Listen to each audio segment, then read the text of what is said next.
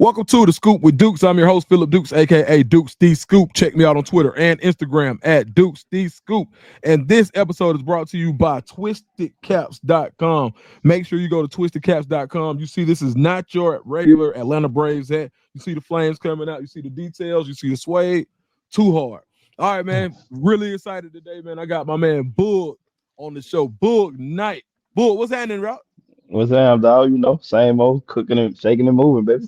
That's Man, all. listen, you probably have to be the busiest man in sports right now. We talking about 2 top 5 picks, NFL, NBA, under your guidance in some sort of fashion. One of the probably hottest agencies in the world right now with Young Money Sports. Before we get started, tell us about who you are. Walk us through your journey and how you got to where you are today. The shortest version you can give us. Man, just an inspiring mentor, man, who helped a lot of kids and a lot of families throughout the years, brother. And then from there, just God aligned my steps. Going from nothing to a whole lot of everything. Just, one minute my life was one way, the next thing I look up, 10 years later, here I am. So helped a lot of people along the way, man. Just trying to put everybody best interest, so I could make sure I could contribute to pouring into the youth, and that's just kind of how that opened doors for other things in my life. And man, like here I am, bro. Just blessed to be here, man. So you work with football, you work with basketball as well. What was your first love? Basketball for sure. Okay, Basketball my first love, so yeah. So talk about your basketball journey, because I know you played. You did play. You played at a pretty high level. Like, just talk about your basketball journey and then how that was. Man, I played basketball since I was 4 years old, all the way up until I was a pro, played professionally overseas in Europe, until, my career came to an end, got pins in both of my Achilles, man. So, my body don't even function the same anymore, but it was a worthy journey, and I don't regret none of it, man. Going from, like I say, Little League, been finding ways to win all my life, been a leader all my life, been a point guard all my life. So, I still, even though I don't play ball anymore, I'm still a point guard in my phase of life that I'm in now. Distributing, make sure I'm putting everybody in position to score. That's my thing. I need to put you in position to score. So whether it's on the court, off the court, I'm just setting people up, saying, to make it easy on them. So, yeah, then won every level, all-state kid out of Louisiana, small town Louisiana, all-state, went to college, and like I say, played over in Europe, and went from there, transitioned into coaching. Yeah. So right now, your journey with Young Money, what's your role with Young Money? Like, because we see you as the face. Like, we see you in a lot of places. We see you behind some of the brightest stars in the game right now. What is your role? Head operations over at Young Money APA Sports. Been there from day one. One of the original builders. Built it from ground zero. It went from an idea to everything we see now. I was one of the original founders on the floor of that, putting that together. Everything on the day to day when it comes to recruiting, just mapping out, having a brain to steer things and build brands and put guys in certain lights to make sure that they're able to shine and capitalize on their moments. I'm the guy that kind of spearheads that. I'm the visionary behind the brand and seeing things that lie ahead. Like I always tell people, bro, everybody got sight, but not everybody. Everybody don't have vision. So at the end of the day, most people got sight. The one, if you're not blind, you got sight. You can see what's in front of you, but to be able to see 3 years, 5 years, 10 years down the line, that's been my thing since forever, man. That's how we here 9 years later. This where we at now. Like I knew this was coming a long time ago. Right. So speaking of Young Money, we associate that with Lil Wayne. Lil Wayne is one of the greatest artists of all time. And depending on who you ask, he may be the greatest rapper of all time. What has he provided as far as his career, who he is as a person, to Young Money? Because that's who we think about when we hear Young Money, Young Moolah, baby. So and we know he's an avid sports fan. What has Wayne added to the brand? Man, Tune, Tunchi as we call him, man, bro, he set the tone from day one. Like when you've had that level of greatness for so long, like a lot of people get hot, get cold, get hot, get cold. Like Tune has had a run that's out of this world. Like off of just music. I always tell people like he's my GOAT because he's made it all this time off of just music, not acting, not branching off into other avenues of doing this and that. Like he's been relevant for 30 years off music. That's unheard of. And for that, from day one when we started the sports agency, knowing how well he, how much he's a sports fan and how much he wanted to change the young fellas' lives because he become friends with a lot of these athletes, and he was seeing how they were living and how they were losing money instead of, gaining money. He just wanted to get involved. So from day one, we got involved. Seeing him in the studio and watching him work set the tone because it was kind of like an unspoken language of, hey, if you want to be a part of this, this is how you got to work. And if you can't work Mm, like this, you can't sustain what I'm trying to build. You can't even fathom in his mind what he's trying to do. If he did it on the music side, he definitely want to do it on the sports side. Because guys like Wayne don't believe in just being average and stuff. They don't want to just do something just to do it. They don't work like that. They brain function at a whole different level mm-hmm. than most people can understand. So for him, man, going into the studio one night and then like not leaving the studio till like noon the next day, noon, Mm, like and watching everybody fall asleep, just him and his engineer, the only ones up the whole time, and he just steady working. I'm like, bro, this time he was like 22, 23 years into his career, still working like this. And at that crazy. point, it's kind of like, okay, if I'm gonna be the head of this, I gotta mirror that. And that's just, right there. And I Right. said, and he didn't open doors for everybody, bro. Tune and put everybody on. Right. Everybody around him has had opportunity to grow and go make money and take care of their family and set up their, legacies and, generation of wealth, all because of the work he's put in. We all on his back. Right. He's opened doors for everybody, from the Drakes, the Nickies, what I'm saying, the Tigers, the McMahons, the Teders, everybody. You want to like he's paved the way for all of us in some form of fashion. Man, I love to hear that. And speaking of incredible work ethic, the number 2 overall pick in this year's NFL draft, I Travis doubt. Hunter. Travis Hunter, man. When you talk about somebody who worked harder than anybody else in college football, it's documented because nobody played more snaps than him in college football. Facts, What's not it even close. like? What was it like being an agency? Nobody saw Travis Hunter going to Young Money. What was it like when he signed that SRA with you guys and you said, you know what, we got the best player in college football? What was that like? Man, actually, I'm gonna be honest with you. The night he signed, it was kind of I didn't know it was about to happen for real. Like Travis, my dog. Like beyond this business stuff, like that's family, man. I've been, rocking side by side, shoulder to shoulder with this kid since he was coming out of high school before he Right, got to Jackson State.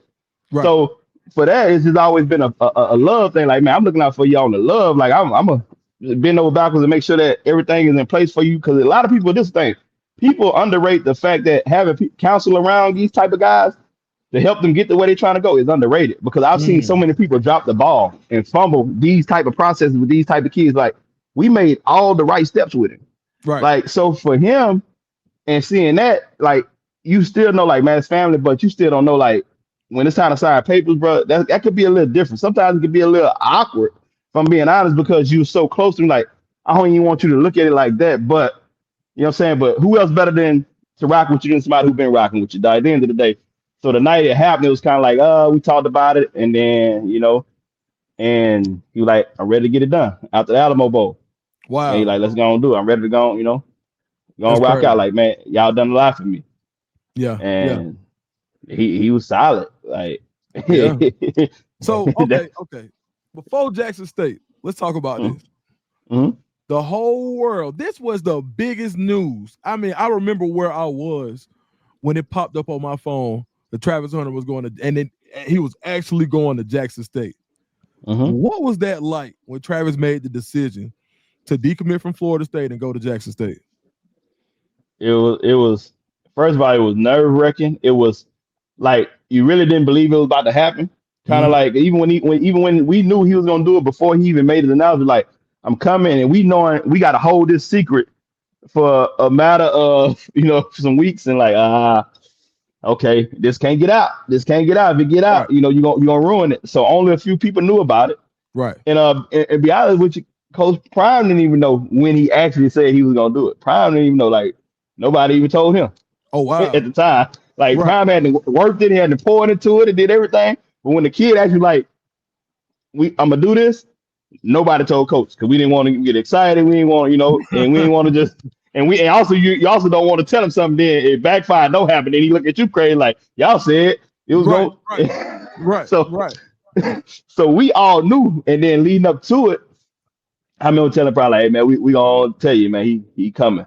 And probably said, man, like didn't believe it. And then this way it got tricky at Dukes. Yeah. So we probably like, man, on the morning of, I'm in Atlanta. I'm standing around going to the school, everything. I'm out there just doing my thing. And I'm Prime calling somebody, I ain't gonna say a certain name. He like, man, he gonna stand us up at the altar. I feel he gonna stand us up at the altar. We gonna get to the altar to get married, and he gonna stand us up at the altar. He ain't gonna say I do. We like, man, chill, bro. Like we good, we good. Right. So he go through it that day. He signs his SRA and everything. I mean, not SRA. I'm talking about that. He signs his NLI, and then when they fax it over to the school at Jackson State, it just so happened that the fax didn't go through. It just happened to be us at the fax did not go through. Oh. And Prime like, man, ain't no fax came through. Like, bro, we sent it. We sent it. I know we sent it. Like right before you get ready to announce it and everything. We're Hey, like, bro, I promise you, we sent it. Prime straight out of Fort Myers now, so he's thinking like, hey man, y'all playing with me. Y'all playing games. Yeah. Y'all playing games. So whatever happened was that the fax machine was unplugged or something. So Okay. when they plugged it up, fax came through. Yeah. And then he went on that TV. So like that was the whole thing. Like that was a whole nerve wracking thing because like you really don't think this real. Some things happen so big in life that you like, bro, this really just can't be happening. Right. Like why us? Like really, we Right. about to pull it. We about to pull this off. Right. Like come on. Sometimes man, things are that huge, and you be like, bro, nah, bro, we ain't just do this Man, no, until it it's done. never happened. We're talking about the number one player in the country going to a HBCU. Never happened. Yes. There's nothing that got us ready or prepared us. Like back then, listen, I'm not even working in sports for real. You know, I'm at work. You dig? I'm Yeah. like, bro, nah, this man ain't going. Man, ain't no way, bro. No, boy, you see, like it made shockwaves everywhere. It wasn't just Atlanta. It was like news, man. Like that was a huge moment, not just for Coach Prime, but for Jackson State, for HBCUs, for the culture. That was huge sports. because it really told us that man, people in relationships still matter, and they wanted the spirit with the money. That's all they wanted to do. Money. Oh, bro, Jackson. No we ain't disrespect. have no money. Yeah, no disrespect, but Jackson State, like it ain't like, and I'm not saying it in a disrespectful way, but if you think that Jackson State around they paid more money or whatever it is or promised more, any of that, no, man, that man really recruited, and that's a heck of a job. And I want to ask you about this. You're right there. You see, you got a relationship with Coach Prime. You got a relationship with Travis. Talk about their relationship and how special it is from somebody on the outside looking in that knows both parties. Man, life changing. That's Yeah. all I can say. In it, life changing. Coach Prime, bro. Everybody like even the Sanders family as a whole, man. Everybody just don't get close to that. Like that's not something that everybody just welcome to just walk in and just be that. So for me, from day one, Coach Prime had a high school in Dallas, and when I first met him, it's always been love, And even from a distance, like I never overstepped in the boundaries. I played the back and just did what I had to do to contribute to whatever it is that needed to make the machine go. I never jumped out in the front of anything. I just kind of always knew where to play my lane and kind of know when to take my shots. And I think even Prime even appreciates that because he know, like, man, at the end of the day, I got everybody's best interest at heart. Right. And for him, he's changed my life because he allowed me to be a part of it. Because even when, like I say, I don't have to directly pick up the phone to say this, that, and other. I know what he want me to do and don't do. You know what I'm saying? So like, and if I ever get to the point where I'm getting a little too far for what I should be doing, I get a text or a call from Big 21. Hey, nah, hold on, don't do that. You know what I'm saying? Like, right. You give me a whole snap. He in tune with everything. But for the most part, bro, that helped change my life because it, like I said, it put me in a position where I fell into a unorthodox situation that ended up being a blessing. Like in between the situation where Coach Prime over here being, my GOAT in football, then Wayne over here being my GOAT in music and rap. And then for the part that we were able to bridge them because they already had a pre-existing relationship too. So, and then I'm like the guy that's kind of caught standing in the middle of two GOATs. Yeah. And then it helped me in so many ways. Like it helped me evolve in life. Like I'm telling you, to be able to be a part of that with either one of them, man, it do something different for your life. Like not outside of football, outside of in certain rooms I can go into because of them. Not because of Boog, because they know Boog know them. You know what I'm saying? Like I'm just being honest. This ain't about me. I know why I'm getting in some of these rooms or why I'm getting at some of these tables or why I'm able to discuss certain things because and they don't have to be there. But the fact that they know that I know them, I could walk in that door with my chest out of my head held high, you know what I'm saying, and understand that they know what I'm representing when I get there. Amen. No, that's huge. And I think a lot of people where you were so instrumental in Travis's success from not only a career perspective, but from a friend, from an ear, from somebody, a big brother, a mentor. What was it like walking Travis through some of those, all of the Twitter stuff that was going on, and about his now wife, and Hmm. the Twitter backlash that he was getting from some bad timing on some, and people stick, Yeah. and honestly, sometimes people just overstepping their boundaries. What Hmm. did you have to do to keep him focused in that time? I didn't have to do anything to keep Trav focused. Trav was already locked in. Like he one of them kids too. Like he believes in who he is and he knows what he ain't and what he is. So for him, certain things don't even bother him. Now, when it started to bother him a little bit, you can see. But for that part, it was easier for me because I know the woman that they were talking about and all the stuff that was going on. Like that's my dog. Like I say, when Trav go on the game, he know one thing. He ain't got to worry about it. I'm gonna make sure she there. I'm gonna make sure she needs to be seated where she needs to be seated. If something ain't going right, like he know I'm going to figure it out and fix it. Like he know at the end of the day, he could relax because I got it. Right. So it was the same thing when it comes to stuff like this. The same thing. Like he chill. He know the people around him got it, and Mm. he never wavered. It never got to a point to where you felt like he was losing the grip on life or anything. Like he just stayed the course. Now he just understand. He just knew that now he's crossing over to a different level of life. Now some things you do have to kind of close the curtains on, Yeah. but you know and he learned that that part of the next phase of life. But other than that, man, he was already locked in. For me, it was just continue to do what I've been doing, be there, be accessible. You know what I mean? And if it's something that we need to speak on, we speak on it. And some things we just never even spoke on because I knew that he had it under control. And sometimes you just don't want to just beat a dead horse. You don't want to just beat on stuff that what I'm Right. saying, because sometimes you got to know when to pick your shots. And Yeah. I think too, he appreciate that with me too as well, because I'm not always beating like, bro, look, all right, we know what's going on, but Right. we don't. Let's talk about life. Let's talk about family. Let's talk about what we gonna do when we get our name called. Let's talk about this Heisman that's coming up. Let's talk about all these other great things that you've done and that you're doing. That things that matter, because the stuff that's really going on, I would say, is going on in a fake world, which I call the internet, is a world where everybody has a voice. You know what I'm saying? And at the end of the day, a lot of people who have a voice, they have a voice because they can't get out here in the real field and do what you do. Mm. So instead of them doing what you do, they're speaking on what you do because Mm-hmm. they can't do what you do. So at the end of the day, let's focus on that. And that's what made you great. That's what got you to this point. And then new levels bring new devils. Yeah. So, so understand that too. The people you thought love you, so they'll turn on you to drop the dime, and you ain't done nothing to nobody. At the end of Yeah. the day, there was a kid ain't did nothing. He did nothing to no one. And I Nope. watched people turn on him. You know what I'm saying? Because he's making a decision that he felt was best for his life. Right. So Yeah. yeah, like I No, mean, I can't. we always had this saying too. You always seek wise counsel, right? And I think the Hmm. fact that he has a circle and he has some people that he can depend on is really important for guys who have that type of cachet about themselves, and that the whole world, he's in a fishbowl. We're Hmm. talking about nobody's ever done what he's done. And Right. speaking of, like, let's go to the Heisman Chase. And was there a moment where Travis and yourself and the team said, you know what, we got it. Like, we they would have to take this away from us for him not to win it. Was there a moment during the season where, like, what was the Heisman moment for the team?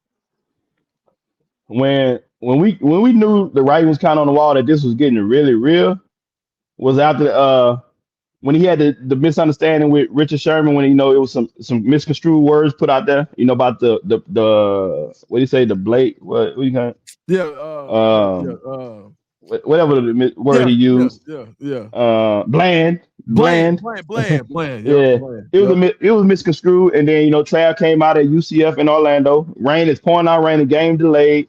With the bland shirt on, and then that game he went out there, and after he grabbed that interception, and then brought it down to the other end and hit the Heisman pose on the right then and there, was kind of like, there we go. Like Yeah, he always answered the call. Like you just had all the stir up all week about this, all week the internet going crazy about what was said, and he went out there and made plays just like, I do this for real. And it was crazy because even before then, the day before that game, we had a meeting in the hotel room about a Heisman campaign. And mm. the day before that game, the night before that game, actually. And he went out there the next day and did that. Was kind of, yep.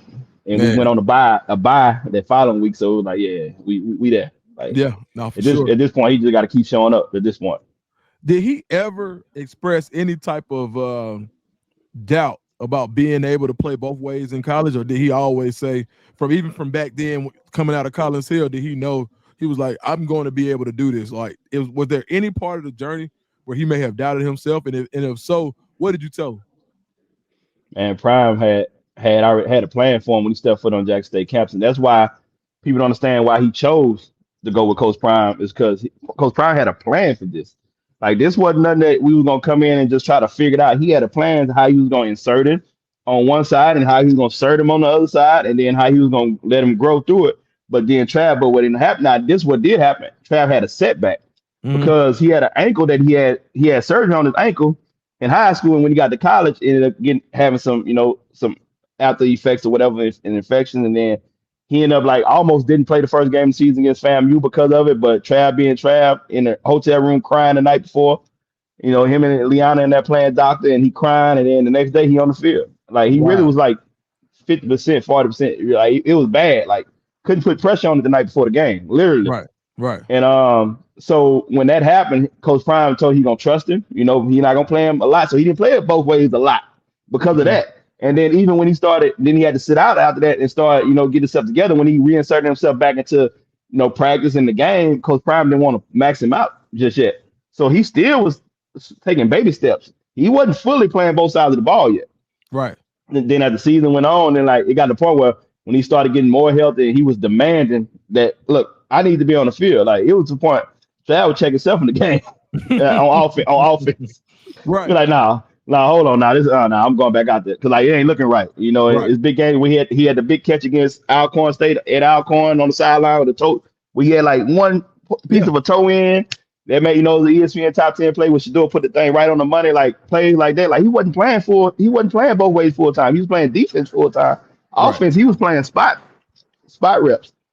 But then we got to the Celebration Bowl, and then same thing. He started inserting himself more. And then that next year going into Colorado, people were coming trying to pull him, trying to make sure he didn't transfer to Colorado with us, and this, that, and the other. And I think that's when the count was understood. Like, look, I ain't holding you back now. You're healthy now. It's gonna be a full go. I'm gonna give you whatever you can handle. And from there, the rest is history. And you can see he went into the camp, he went into practice, and it was just kind of like, oh, kid, don't ever get tired. And then you put him on one side of the ball, you like, dang, he my best receiver. Then you put him on defense, like, oh, dang, he my best cornerback. Yeah. And then at that point, can he sustain? Then he showed you that he can sustain. Man, so what's it been like in Jacksonville so far? If you had to like just kind of put a synopsis on his experience in Jacksonville, going both ways in the NFL, what's that been like so far? It's one of the things where I talked to somebody in that building, they said, man, I've been here, I've seen 3 draft classes come through here. Say Trav is by far the best one I've seen come in this building as a rookie. Like for every rookie that's came in before, they always told the rookies how they wanted to do things.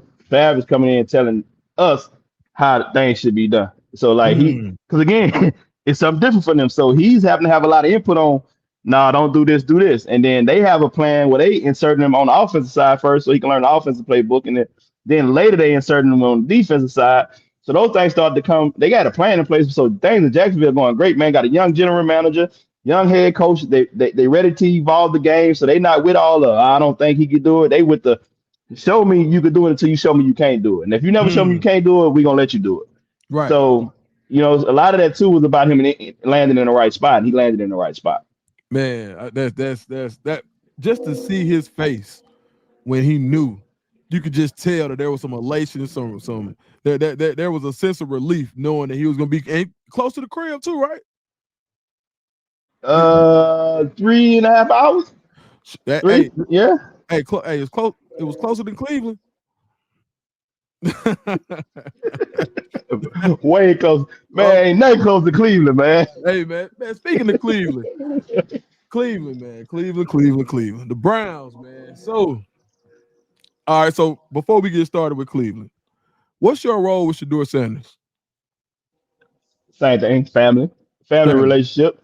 Uh, One of the things where I've been around that kid since he was in like 5th grade, Right. and been like I said, with his pop. So at the end of the day, that's more of a man. I'm always just look out for you regardless. Right. I got you, and he another one, like so don't just allow no anybody around him, man. He understands his position, he understands his power, he understands his brand, and like I say, he's sharper than most kids his age. I ain't gonna say kids, he's sharper than most young men his age. So for him, he know everybody around him got to have a purpose. You know what I'm saying? You got to bring something to that table that makes that machine go. And Mm-hmm. for me, it's just knowing that whenever he has transitions or he has certain things like that, because Daddy got all of Colorado to worry about. Big brother Bucky got well off to worry about. Shiloh's doing his thing. So sometimes it falls on, well, who has the time and the resources to be able to be here with him. And then for me, that's me. Like, Mm. I kind of carve it out to say, look, yeah, I ain't gonna let you go through this by yourself. I see what you just went through. I see what the world just tried to do to you, the system and everything you went up against. So look, I'm gonna be here with you. So for me, it's a family thing, and it's not a situation where he paid me to do this or paid me to do that, man. You see Boog there because he want to be there and he choose to be Mm. there. You know what Right. I'm saying? That ain't no check involved.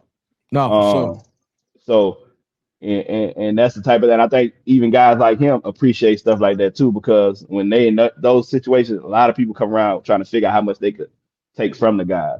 And this same like I say, when him and Trav both, they both know, like, whatever I do for them, I do it, man. I come out my own pocket. I don't even ask for that back. That's Right. just I got you.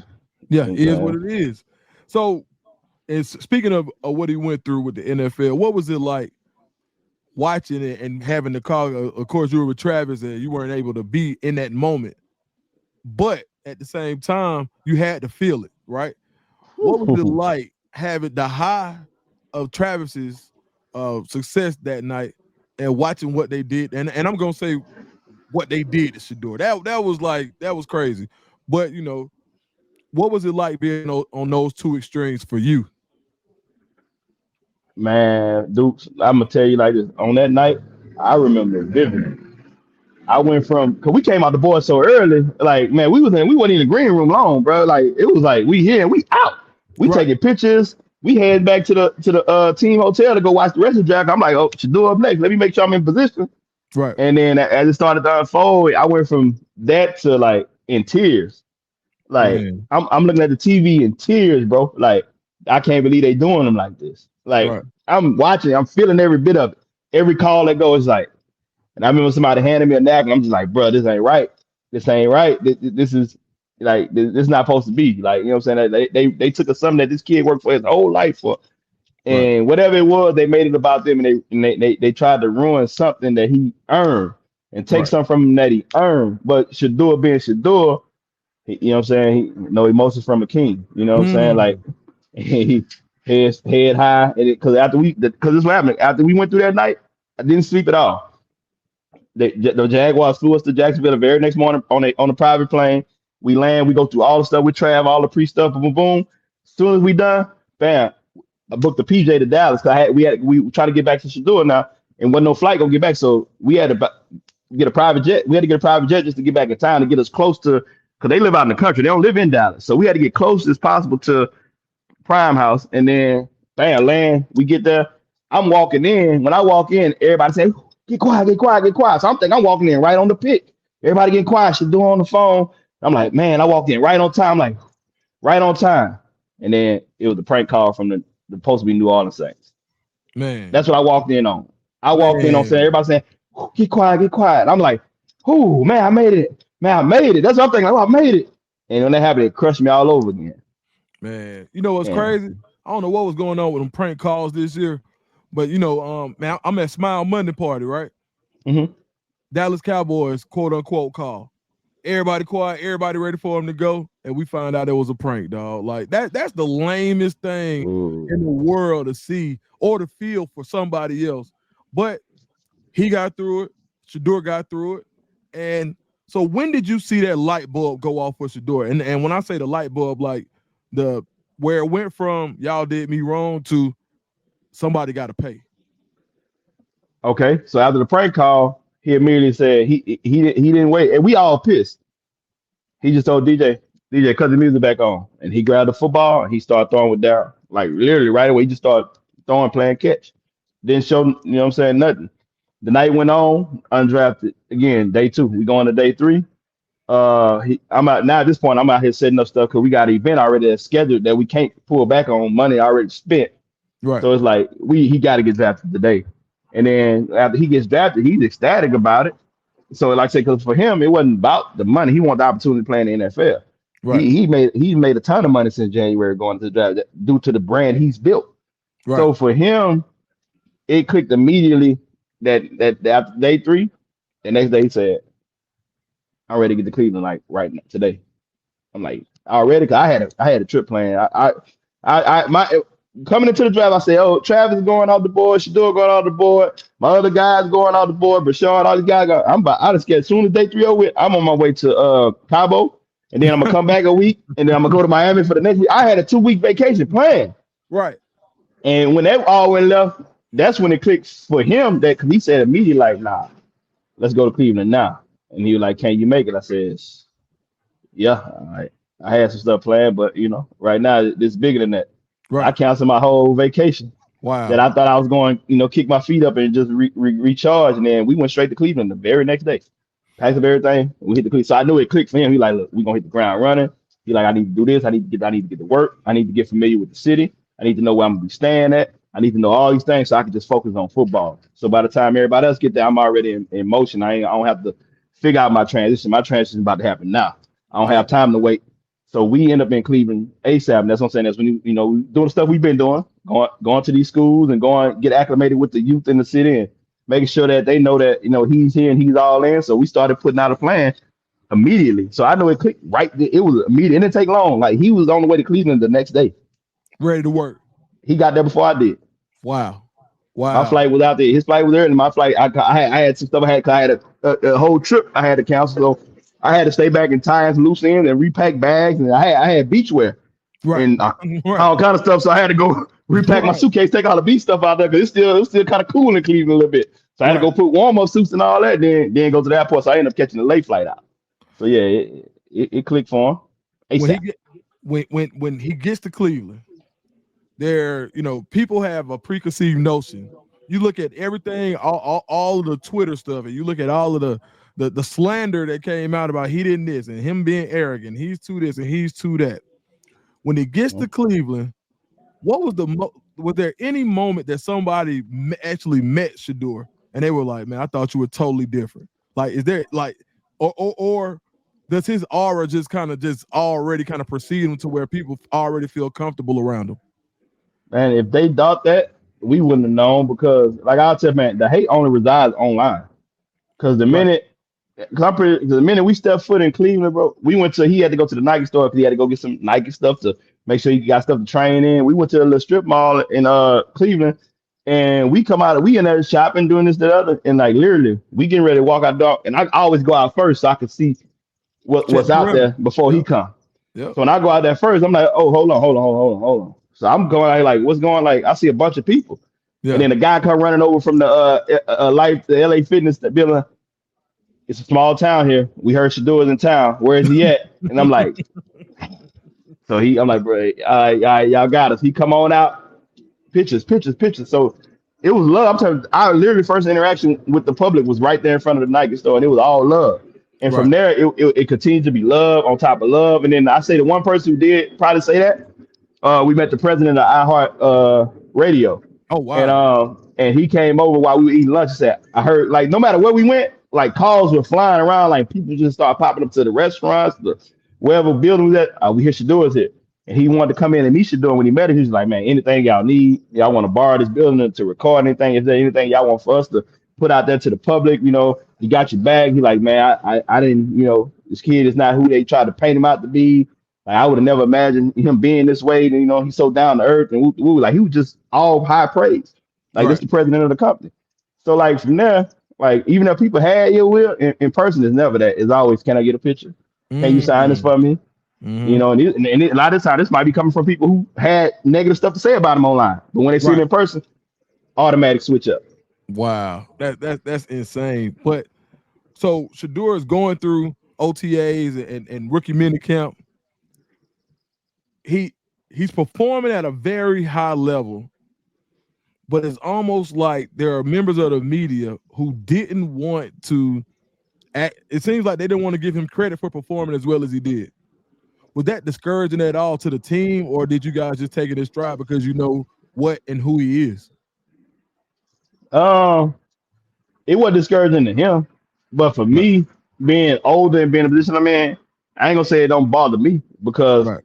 I see when traps are being set, and I see when things when pre meditated things are happening. You know what I'm saying? The people trying to put out these different narratives. I see it Mhm. happening, and for him, he's not even paying attention to it because this time he's off of social media. He don't want to see it, don't want to hear it. Um, All right, Boog, you was getting ready to tell us a story, then we had a minor technical difficulty. Tell us the story, dog. Man, listen, like I said, sometimes, like I say, people have their way of doing things, and they got to protect the organization. But also, when you have a player, you got to have a team around you, and have counsel around you that can see things that you can't see, also, and be able, like I say, that vision, having a vision to be able to see ahead that Right. what people can't see. So what people don't know is this. Um, when all that happened, I had a feeling. I said, look, you got all these quarterbacks in the room, and ain't enough reps out there for everybody. You Right. going in as a fifth round guy. I said, and you know what the narrative is? He's spoiled. He never played for nobody other than his daddy. You know, he want everything handed to him. So I know the system that he's going against is gonna try everything in their power to break this kid. They're gonna Right. try to break Shedeur every way they can. But you know, when you in the seat in, you're going to get tried. That's just what it is. Right. So for me, it's my job to say, okay, you can try as all you want, but we're gonna be prepared for whatever comes our way. Right. So I have a relationship with a kid who happened to be undrafted to the Browns, and I seen he got signed by the Browns. Kid named Gage Loverdan, number 84. Okay. So what I told you to do was, man, you coming in the fifth round. So a lot of times in these situations, they might not put you with the first round guys. I mean, or the top tier guys. You're gonna be with some undrafted guys. You're gonna be with some guys that was in the fifth round just like you, whatever. So I said, so no matter what, you got to get ahead of schedule. So my job was so I reached out to Gage to get them together before camp so they can have a relationship with each other. I said, y'all gonna have to look out for each other Right. because you need him and he needs you. And for Yep. Gage going undrafted, he landed in the best spot too because no matter where you go as an undrafted guy, you're likely going to be with whoever the least tiered quarterback is when you're undrafted. So he Right. could have been somewhere else with another fifth round quarterback. It wasn't going to be Shedeur, I promise you that. Right. And sometimes those receivers, when they end up with guys like that, they have talent, but if they don't have a quarterback who can get them the ball, they never get to show what they can really do. So Right. then they fizzle out. So Right. but by the grace of God, he ended up with a fifth round quarterback in Shedeur Sanders, who's really a number one overall talent. Right. So Right. I reached out to Gage. I was like, man, you know which day you get to Cleveland. This on May 5th. I can't make this up. This on May 5th. I don't know if you can see that. Yeah, I can see it. Yep. Yep. May 5th. And he like, man, they flies out on the 8th or whatever. I want to come in early and get some throwing sessions before camp or whatever. I like his last, real, throwing days, whatever. So I'm going through all that. Now, like, I'm gonna leave on the 8th or 9th, when camp start. But I said, so I told Shedeur, look, I'm gonna put you with this young fella. He's talented. He might have been undrafted, but he can play, bro. You can count on him. He a tough Louisiana kid. He, what I'm saying, he come from that mud, so he ain't looking for no handouts. He gonna grind, whatever, however you want to grind, he gonna grind with you, and y'all can help each other. So Right. I'm just getting ahead of the game. So if you ever look on like a lot of his touchdown passes throughout camp, Mhm. most of them was the number 84. Oh Like wow. go look at all the bombs, the deep balls, and then the dropping in the bucket. That's number 84. That's Gage Loverdan. So like Wow. all the little pass, like most like on day one, he connected with Gage for like 3 touchdowns on the Yeah. first day of camp. Yeah. So, Yeah. and look, here we go. I got proof. Right. I keep the receipts. Y'all can lock in early and help each other. You going undrafted, him going fifth round, he'll be down the depth chart. Yeah. Having to earn his way up too. So y'all will probably be getting a lot of reps together. Y'all could build and help each other shine. He count on you and you count on him. No doubt, gonna be a lot of proving people wrong. Man. But that's a power play. Like, can you imagine being a guy that goes undrafted, that you know you're talented, being with a wide receiver at that, and the quarterback that ends up being the guy is a first round talent or one overall talent. Hey, that's crazy. Mhm. And they went off. They went off. Oh, went off. They was the best connection of the camp. Man, they went off, dog. Man, let Look, me ask you this. you know, Hold on, let me see. God don't make mistakes. He said that first of all, he said that's why I hit you up. Then he said, God don't make mistakes. This came together like this for a reason. Y'all can hold it down for each other and you can add value being a return man too. Facts. I wouldn't change nothing about it. If you still out here, we gotta live. Bro, how does that make you feel being in your position? That just has to be confirmation that you're in the right place. that's when you know you're walking in your purpose, dog. Yep. There's always confirmation when you know, man, I'm doing the right thing. And God put me where I needed to be to stand in these gaps. When they try to destroy young fellas like that, Right. I'm gonna be here to see it before it happens and get ahead of the game. And at the end of the day, because I believe in Shedeur, I know what he gonna do. I know he's the best quarterback out there. Right. So, but all these little traps that they try to set, we just can't let him step into these traps. You know what I'm saying? Along the way. And then after that, when he get on the field, the rest gonna do what he do. He ain't never not proved himself. So when you look at some of the members of the Cleveland media, there were different narratives being put out, and you could tell there was some people that just it didn't matter. Shedeur could have came out and went 95 for 95 with 79 touchdowns and and every play is a touchdown. They still would have been like, oh yeah, he may not be the guy for the job. Like, so one of the narratives that came out is that Shedeur wasn't spending enough time in the classroom when it came, or he doesn't spend enough time in his playbook. Can you correct that narrative, or do you have anything to say to that narrative that Shedeur is not spending time in his playbook? Man, Shedeur always in that playbook, man. He's been in the playbook since day one, going over it, trying to get his calls down, trying to get all the understanding what it is that they're trying to do, what they're not trying to do. Like, man, he in that playbook faithfully. Right, Like I say, but he had four different OCs in 4 years. Now on his fifth. So for that, all it is just him just learning something new. So for that, he'll be fine. He's just trying to do what everybody else is doing. Figure out what works and what don't work, and then from there he'll be able to kind of shoulder whatever it is the load that he needs to shoulder. But man, he's fine. He's in the playbook. Like he's never not in the playbook, man. Like you don't go out there and throw over 4,000 yards and all of a sudden and don't and not study the plays and not know how to read a defense. Like right, he's getting it. right. I think, and some people feel like he got it. Like, to be honest, like when you look at the way he performed in camp, and you looked at the way, and this is refreshing to hear that from you, because you know that he's just touching the tip of the iceberg at this point. Like, he 1,000%, he goes out there. The men lie, women lie, numbers don't. And you look at the numbers of what has happened already, what he's done as a professional. He's been the best statistically good quarterback that they've had. They're the most statistically successful so far in this camp. Now, we're not we're not saying that he's winning the Super Bowl, in July, but what we're saying is that he's literally done everything that's been asked of him and performed over and beyond. What I want to ask you is, how did he come out and perform so well? Like, was it the fact that he's had multiple coordinators and he was able to get into the playbook fast? Like, what do you attribute his early success to? Like, because he could have came out with it, with his ass on his shoulders, excuse the term, but or pouting. Like, some people would have thought that, from reading the narrative of him being this spoiled kid that doesn't want to work. But you literally dispel that narrative, because you say, man, Shedeur was ready to work as soon as he got drafted. What? How did he come out here, drop all of that, and go ball the way he did? Man, at the end of the day, Shedeur it has a gift, bro, and that's what I think people are misunderstanding about him most. That he has a gift, and when God gives you a gift, it's a difference between gifted and being talented. You know what I'm saying? The gift is what's given. The talent is what we work for and we sharpen and we do all that. He got both of them. He's gifted and talented. He's GT. He's gifted and talented. Yeah. So for him, the work he puts in with Darryl over that select QB and the stuff that he already has in him, like the combination of it just it makes for a different recipe of success. And I think people overlook the fact that that's why, like, when he gets to camp and you see a lot of his highlights, most of his highlights are him having great ball placement and putting throws in places that quarterbacks who've been in the league can't even make. Right. Because he know how the trajectory of the ball. He know when to line drive it home. He know when to just put it right where it needs to be and drop it in the bucket. He know, and some people say, well, he don't have no arm strength. He underthrowing balls. He's not underthrowing balls.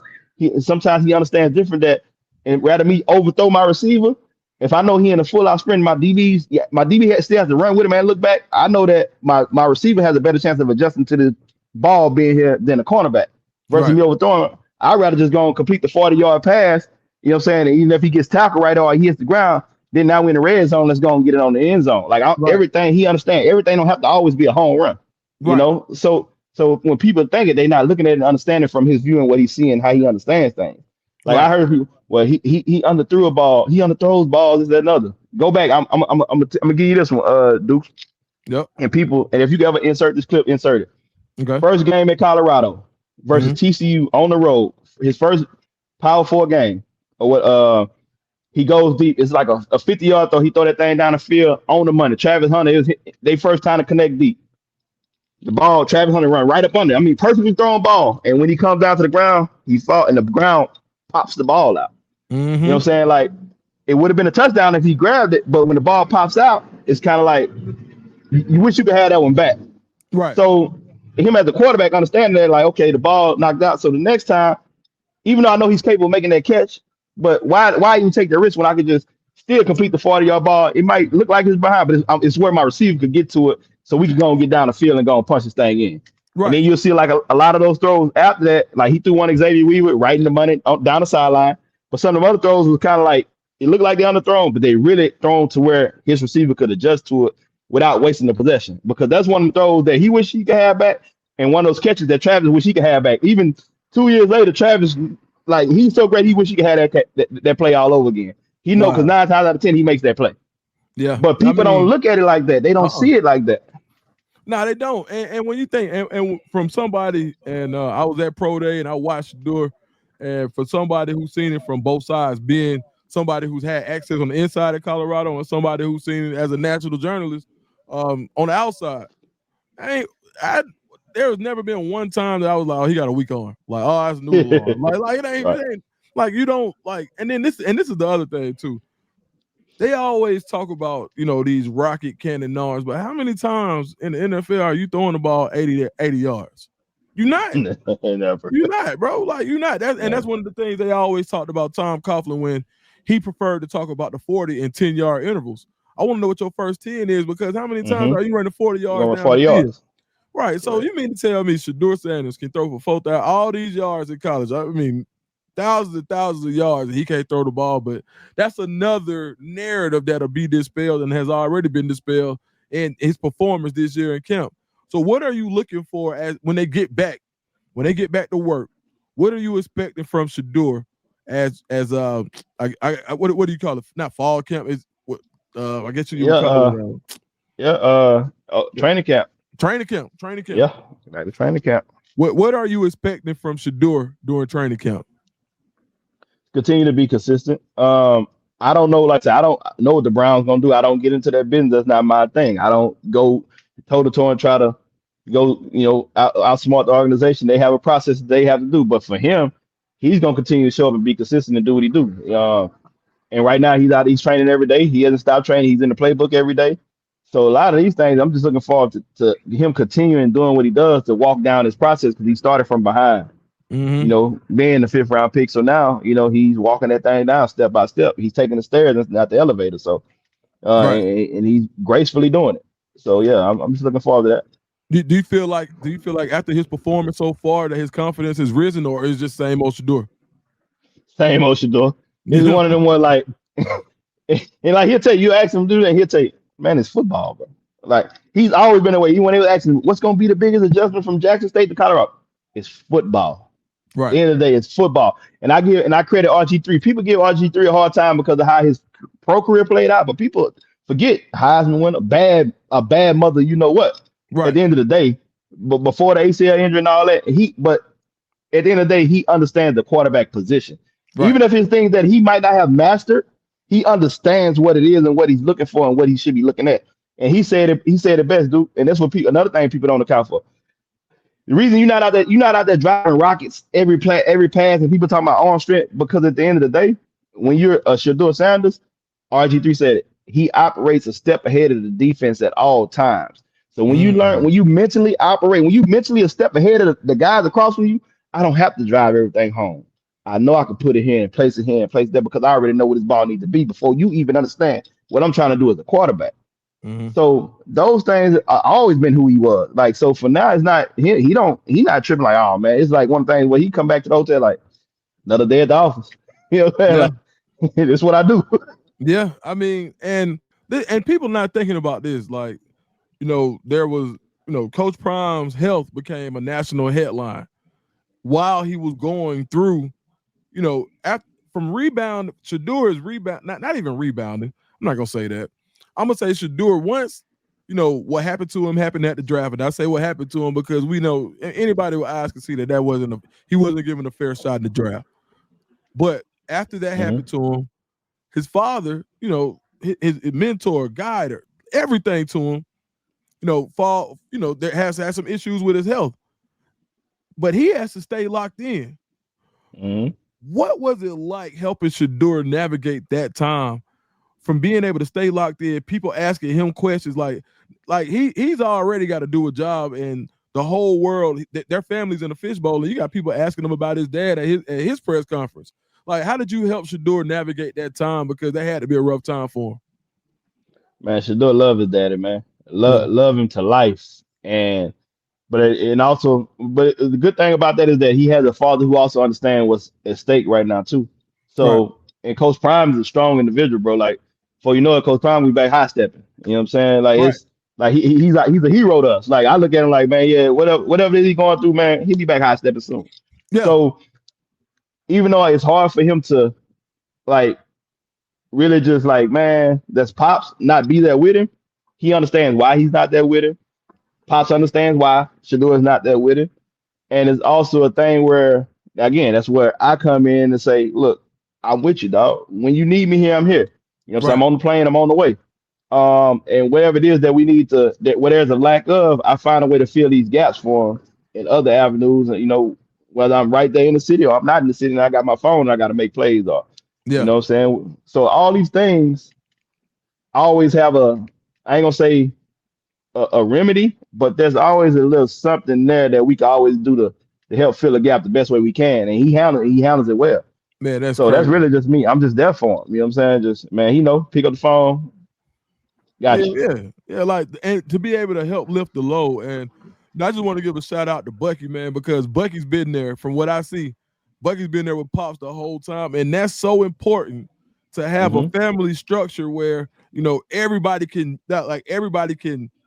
you almost operate like Voltron. Everybody has a role, and there's always strength in numbers. But when Yep. people have other things to do, and you have to go out on your own conquest, you know that Pops is in good care. Pops knows that Shedeur is in good care. He with you. He knows Travis is in good hands. He's with you.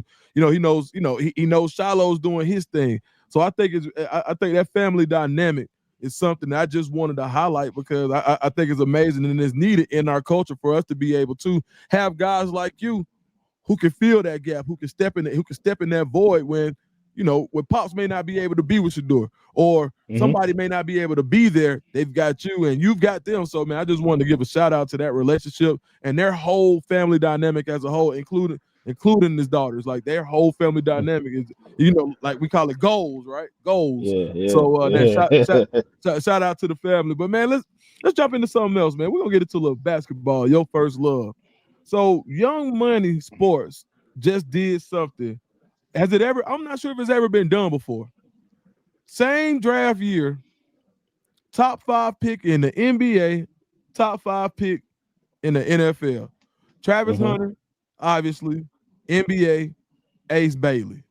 What was that like knowing that something like this was going to happen? Like everybody thinks that oh man, Young Money they done for the year. They already did what they gonna do. Nobody saw Young Money having a top 5 pick coming. What was that like? Uh, First of all, man, I'll tell you, I'm gonna toot my own horn, man. I always say, man, it's a lot of cold people in this industry, but I'm a bad one myself, Dukes. I ain't lying. Like, I, I'm like Hey, that for real, bro. You know what yeah, I'm really like that.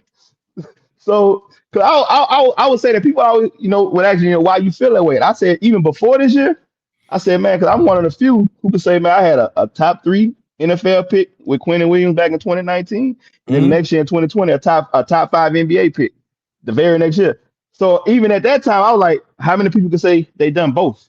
You know what I'm Right, saying? Like, you've been in both green rooms, both. And right. then this year, fast forward to this year, I was in both green rooms in the same year. Same year, Like in a matter year, of months. same damn near same season. Yeah, yeah, that's crazy, from, bro. from Hey, April 27th to June 24th, 26th, whenever it was, yeah, one green room to the next. I've been in both of them. that's hard. So, That's hard. But you black uh, history, buddy. You know that? That boy Black put History, me in the books, dog. Put man, me in the books. never been done. Hey, it's crazy. Same year. I don't think it's ever been done. Not the No, same year. I We don't hey, know. we gotta go on Chat GPT, find out, man. Chat GPT, you gotta tell us what's going on, man. You feel me? But okay, cool. But once again, the success of Ace Bailey has been marred by the media. Mm, I want to talk about this because it's something near and dear to my heart. As somebody who mentors people and mentors young athletes, and I've had some of these experiences where people think that because you have a relationship with somebody and they go all the way and you know they decide to keep their business with the people who helped them get there, then mm-hmm, that guy may not look like the traditional quote unquote agent, or this mm-hmm. or his circle may look more like the culture than they would that makes them comfortable. Right. Then he's got to be in his pocket or he's got to be hurting the kid. And what I'm referencing is this whole narrative about Omar Cooper Mm-hmm. basically taking advantage of Ace Bailey, and he's not the guy who needs to be around him, and he's gonna rob him blind, and he handled the draft process horribly. I'm like, the boy went top 5. What do you mean, Right. man? Look, I need I need some horrible in my dealings. If that's Please. horrible, If yeah. that's Well, give me horrible, please. yeah. So talk about the misconceptions about the relationship with Omar Cooper and Ace Bailey, Young Money. Man, Coop is my dog. And I hate the backlash that the internet has given him because it's unfairly given. You talking about another leader of men, a guy who's taking care of so many kids and so many families, dude.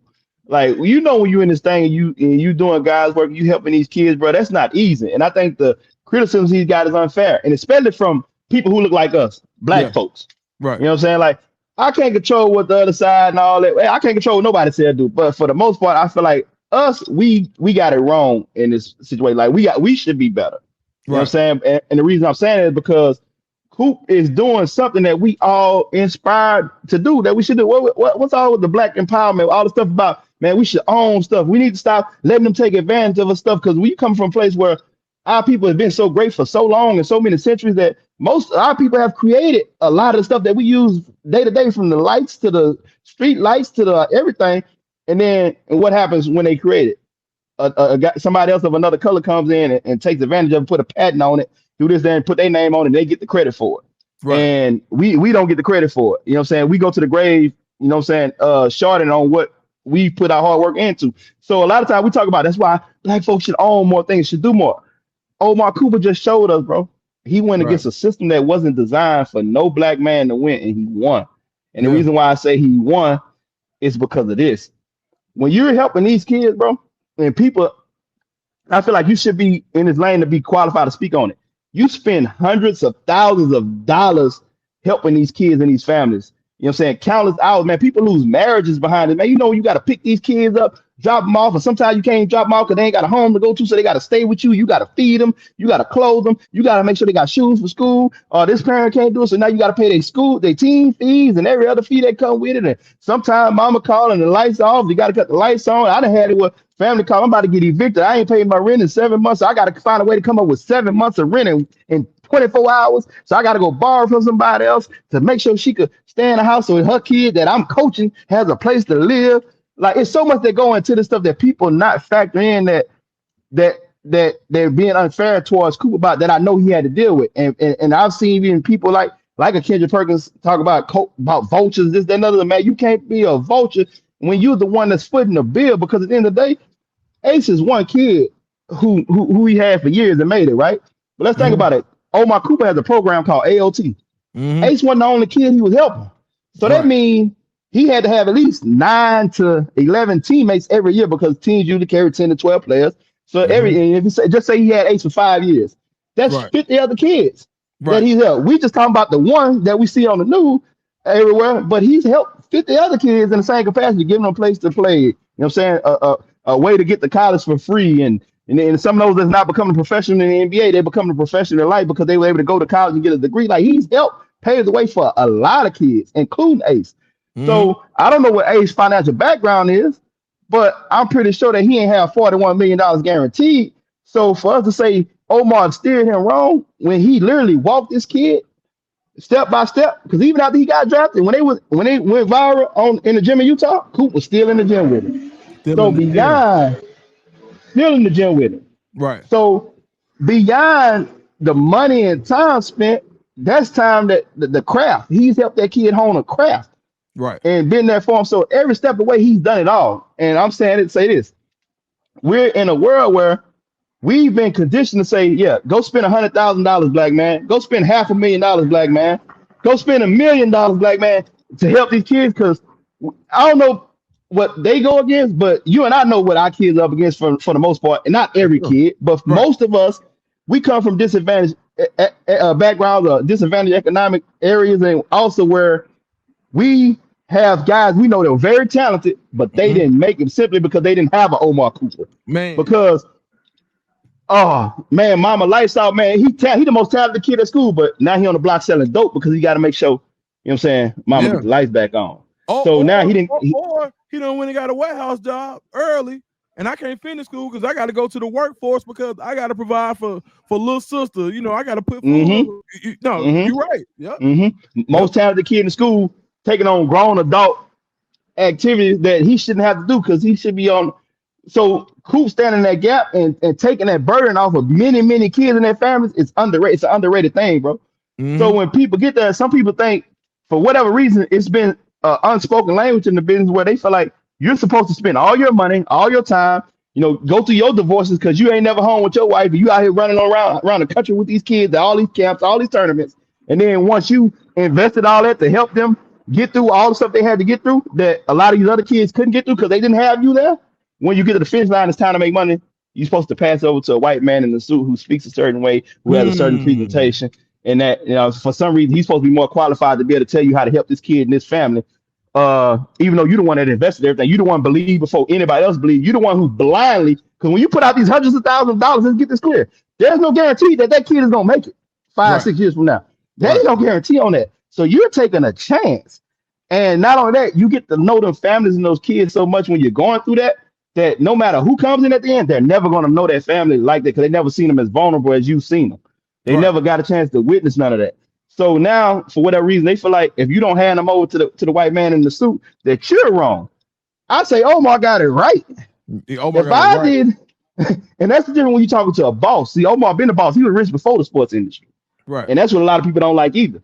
So he already has a boss mentality. So when you talk to him, you got to talk to him the right way. Is because at the end of the day, if I'm spending all this money, and then if something happens to come from it, I should be the one making something off of it, rather than whoever else come in who don't even know this kid just because you got a presentation. Now you ain't spent the dollar, you ain't watched mama cry one night, you ain't got no brother out of jail, you ain't did nothing. You don't know nothing Right. about none of this, but you supposed to come here and I'm supposed to just hand them over. Man, Right. oh my got it right, bro. Everybody else And got not it wrong. and you know what's crazy? Not even just that I'm supposed to hand them over. It's the fact that I'm qualified. It's the fact that I've done the research. I've done the homework. I've put people in place to negotiate the contracts. He's not going in Mm-hmm. this blindly. At I've done. all. His business is in order. The boy went top five and what turned people off was the fact that there was something. Oh, well, he's charging for an interview, and I don't know if that's true or not. But this is what I do know right now, Boog. This interview finna get a lot of views, and guess what? If you want my partner, you probably you. I might still. I ain't no Yeah. telling how many views this gonna go, right? But at Yeah. the end of the day, but think about this. That's gonna be me eating off Yeah. something that you Yeah. are the attraction, right? And I want you to I eat off seen, of it. yeah, come on. So why wouldn't I want to eat on something that you gonna eat on? But it's okay. But that's not right. That's wrong because you're going to eat off my name, image, and likeness. I shouldn't be compensated because people want to see what Omar Cooper is going to say based on who he is, not just because he's Omar Cooper, but he's also the agent of a top pick in the NBA draft. So why should I? And I'm not saying that this is true, but let's just go. Let's just play with the narrative a little bit. Why wouldn't you be compensated for letting somebody else make money off of your image and likeness? Hmm. I don't get that. You know, that's what the NIL, that's what NIL is in its true essence anyway. So I just wanted to get in and talk about that part of it because, you know, there are times that we get this podcast game, and people can charge because you make money off the stuff. You do. Now, if you have a relationship with somebody and they come on free, or they come on and you guys are just chopping it up, that's one thing. Bro, I don't know you for Sam. Right. I don't owe you anything. And my that's the time is problem, money. Dukes. Boom. They want to feel like Omar owed them something, and he never needed them to get to where he's at. That's always the problem. Right. When you got black men in those positions who didn't need that, but they want to be. They know we gonna get it, but they just want to be able to say they helped us get it. Right. And you can't say that with Omar.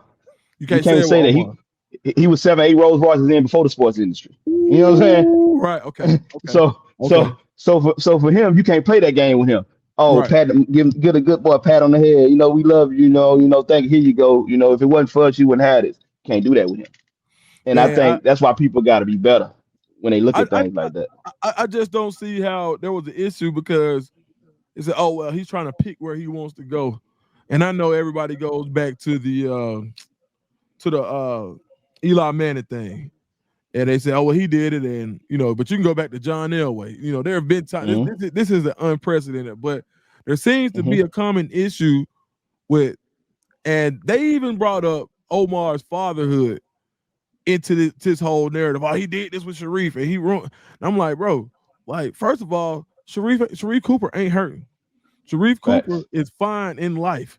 Sharif Cooper is rich. We're not talking just about, but people have such short-sighted vision because they see what's out there in the front, but it's like, bro, you got a successful basketball player who's just CBA wherever he went. He's been successful wherever he's been, but off the court, still a successful person. So, and I think that sometimes we lose focus and we lose sight of the true goal when you deal with people who may not have your best interests at heart. Because what we want to see is people become successful. What we want to see is people be able to change their families' lives, and we want people to be able to sustain legacies. Nobody said anything about Isaac Okoro being able to get the type of shoe deal that he has, where he has equity, right? Yes. Nobody and talks royalties. about that. Come on, equity and royalties, and royalty, and a 7-figure payment up front. Isaac Okoro and who guided Isaac Okoro through that? Omar Cooper had him since he was a kid. When he first got Isaac Okoro, Isaac was dribbling the ball with 2 hands. Wow. And Cooper believed in it. Right. Because he seen the other things that he did, how hard he played, how physically gifted he was compared to the other kids. He knew that if I could just teach him how to dribble with the left hand and how to dribble with the right hand, this kid might have a chance. Wasn't nobody else with a suit and tie in that gym believing in that kid when he was dribbling with 2 hands. Come on, man. Like he's not, and I think, and that's what people are like. People don't do their research because nobody probably is putting. See, the first they want to run and say, "Oh, well, this is what he did to Sharif. Oh, this is what he did to his daughter. This is what he did." They're not looking at the people that he's put in position. You got one right in front of your face. We're not. They forget about Isaac Okoro, who's a lottery pick, one and done in Auburn Fitness, and now somebody who has equity and royalties and a 7-figure payment with a shoe deal that he doesn't have to dig into his NBA earnings because he can live off that. Right. Come on, dog. So now I just wanted to make sure that we were able to shine a light there, man. So what's next for Boog, man? What you got going right now? What's next? Man, NBA Summer League. Got a family reunion this week. After that, headed to Vegas. NBA Summer League up next. We're going to watch these young fellas, Jemiah Meshack, Terrence, and Ace, and all them young fellas get busy in Vegas, man. Anton Watson, all them guys. So that's my next stop. And then after that is get ready for NFL camp, the week after that. So how you gonna split your time? Like, you got to be so many places. You got Ace, Shedeur, Travis, Big Seaton. I seen Big Seaton with you not too long ago. Yeah, I'm in Houston with C now. Like, that's where I'm at right now. Me and C, out here putting that work in with Big Trent Williams. Shout out to Trent. Man, putting on the camp to Silverback Island, baby. They getting work. I was seeing some drills I ain't never seen before out here this week. Boy, Trent got some work, boy.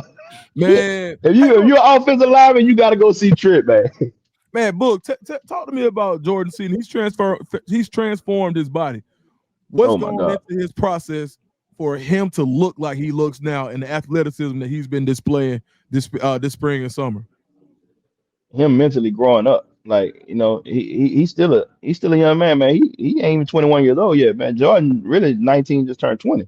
Right. So, but mentally, his mental growth was him seeing, like, you know what? I could be that him being around the Shedeurs and the Travis, like knowing that I'm one of them too. Mm-hmm. Like he realized now it's one thing to like, okay, that, but down to feel it and understand, like, oh, I'm that. Mm-hmm. It's click for him. So from that, his focus and his intention that he's going about it, and Coach Sway and Mo, the way that they've been grinding him out, bro. Like everybody body has changed up there in Boulder, bro. But man, he looked like RoboCop for real, bro. Like Sway them done a hell of a job, bro. Like my God, man, Man. the kid, like I watched him at the O-line camp today, man. He had the best body in the gym. Right. Yeah. Wow. That's crazy. And to think about it, man, and everybody didn't get a chance to see this, but you and I did get to see this. The look on those scouts' faces at the showcase of Colorado for Pro Day when they saw Jordan Seaton walk in, man, you would have thought, hey, man, those scouts, they were looking at Jordan. See, I mean, they were damn near salivating. It was crazy. I'm like, dog, we're and then for those that don't know, we're looking at a potential #1 overall guy, another one that's in Yes, sir. Colorado, man. That is insane. Boog, man, I appreciate it. Man, we've been trying to Uh, link this in for a minute. It's too much love, you feel me? And shoot, man, uh, where can everybody find you on social media, Boog? IG at YM, like Young Money, YM underscore Boog, BOOG 32. On Twitter, I guess X you could say.